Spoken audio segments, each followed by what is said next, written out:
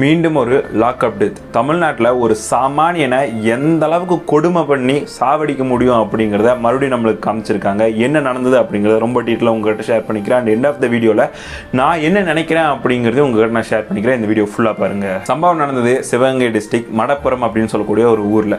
இவர் பேர் பார்த்தீங்கன்னா அஜித் குமார். 27 வயசு ஆகுது. அப்பா கிடையாது, அம்மா மட்டும்தான். சகோதரர் இருக்காரு. இவர் தான் வீட்டுக்கு மூத்த புள்ள. இவர் தான் வேலைக்கும் போய் அவர் வீட்டையும் காப்பாற்றிக்கிட்டு இருக்காரு. அப்படி இருக்கும்போது கான்ட்ராக்ட் பேஸில் ஒரு கோயிலில் செக்யூரிட்டி ஜாப் வந்து கிடச்சிருக்கு. கான்ட்ராக்ட் பேஸில், ஸோ அந்த பர்மனெண்ட்டும் கிடையாது. ஸோ அந்த செக்யூரிட்டி ஜாப் வந்துட்டு பார்த்துக்கிட்டு இருக்காரு. எப்போனா வெள்ளிக்கிழமை என்ன ஆயிருக்கு அப்படின்னா, மதுரையிலேருந்து ஒரு ஃபேமிலி வந்திருக்காங்க. ஒரு அம்மாவும் ஒரு பொண்ணும். அவங்க அம்மாவுக்கு பார்த்தீங்கன்னா 73 வயசு, பொண்ணோட வந்திருக்காங்க காரில். வந்ததுக்கப்புறம் இவர் பார்த்துட்டு ரொம்ப வயதானவங்க, நடக்க முடியல அப்படின்னு சொல்லிட்டு ஒரு வீல் சேர் கொண்டு வந்திருக்காரு. வீல் சேரில் அந்த பாட்டியை உட்கார வச்சு தரிசனத்துக்கு அனுப்பியிருக்காரு. அந்த இடத்துல வந்துட்டு ஏதோ 500 ரூபா 100 ரூபா அந்த மாதிரி ஏதோ சின்ன சலசலப்பு வந்து நடந்திருக்கு. அதுக்கப்புறம் பார்த்தீங்கன்னா அந்த கார் சாவி இவர்கிட்ட கொடுத்து, அஜித்குமார் கிட்ட கொடுத்து பார்க் பண்ணுங்க அப்படிங்கிற மாதிரி சொல்லப்படுது.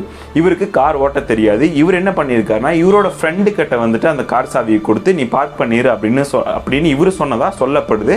ஸோ அது அவர் ஃப்ரெண்டும் போய் பார்க் பண்ணியிருக்காரு. அதுக்கப்புறம் தரிசனம் முடிச்சுட்டு வந்துட்டு அந்த ஃபேமிலி, அந்த அம்மாவும் பொண்ணும் பார்த்தீங்கன்னா அந்த கார் எடுத்துகிட்டு போகிறாங்க. காரில் இருந்த 10 சவரன் நகையை காணோம் அப்படின்னு சொல்லிட்டு கம்ப்ளைண்ட் வருது. போலீஸ் இந்த இடத்துல கேட்குறாங்க, உங்களுக்கு யார் மேலே டவுட்டாக இருக்குது அப்படின்னு சொல்லிட்டு.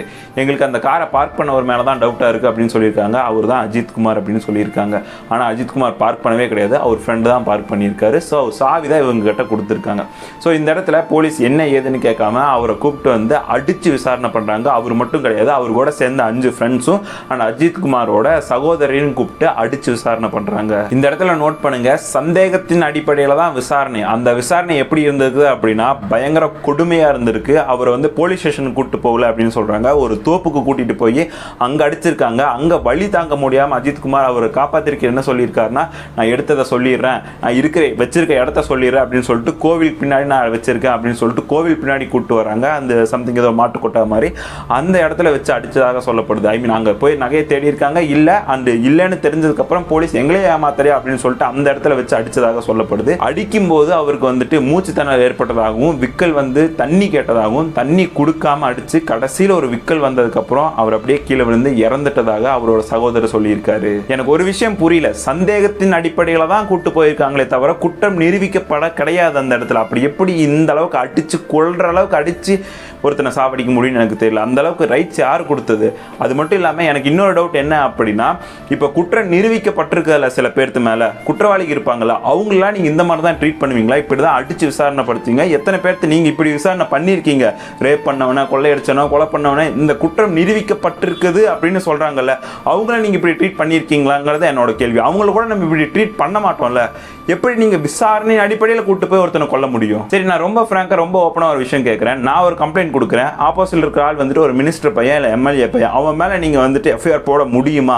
ஈவன் அவன் குற்றவாளி நீங்கள் தெரிஞ்சிருந்தாலும், உங்களுக்கே அது தெரிஞ்சிருந்தாலும் நீங்கள் அவன் மேலே எஃப்ஐஆர் போட முடியுமா? சிஎஸ்ஆர் எனக்கு தர முடியுமா? சத்தியமாக முடியாது. கையை கட்டி தான் நிற்பீங்க அவங்க முன்னாடி. உங்கள் வேகத்தையும் உங்கள் வீரத்தையும் உங்கள் காட்டு மிராண்டித்தனத்தையும் சாமானியம் கட்ட தானே காமிப்பீங்க. அரசியல்வாதி கட்டெல்லாம் நீங்கள் காமிக்க மாட்டீங்க. சத்தியமாக அது உங்களால் முடியாது. ஏன்னா உங்கள் வேலைக்கே ஆப்பு வச்சிருவாங்க. அதுதான் யதார்த்தமான உண்மை. கேட்கறக்கு நாதி இல்லைன்னா அடிச்சு கொண்டுருவீங்க. அவன் தப்பே பண்ணலினாலும், அவன் தப்பே பண்ணியிருந்தாலும் அரசியல்வாதி புள்ள பணபலம் இருக்கு அப்படின்னா அவனை நீங்கள் கண்டுக்க மாட்டீங்க. இது என்ன புதுசாக தமிழ்நாட்டு மக்களுக்கு? 2020 சாத்தான் குளத்தில் பார்த்தது தானே. தயவு செஞ்சு இந்த போலீஸ் உங்கள் நண்பன் எல்லாம் சொல்லிட்டு தெரியாதுங்க. அது உண்மையாவே ரொம்ப கேவலமாக இருக்கு, நண்பன் அப்படின்னு சொல்லிட்டு இருக்கிறது. அண்ட் ஒரு விஷயத்த நல்லா ஞாபகம் வச்சுக்கோங்க, இன்னைக்கு நீங்கள் என்ன பண்ணுறீங்களோ அதுதான் உங்களுக்கு திரும்பி வரும். சாத்தான் குளத்தில் அந்த அப்பாவையும் பையனும் அடிச்சு கொண்டவங்க கொரோனாவில் செத்தாங்க. ஞாபகம் வச்சுக்கோங்க, நீங்கள் என்ன பண்ணுறீங்களோ அதுதான் உங்களுக்கு திரும்பி வரும் அப்படிங்கிறத.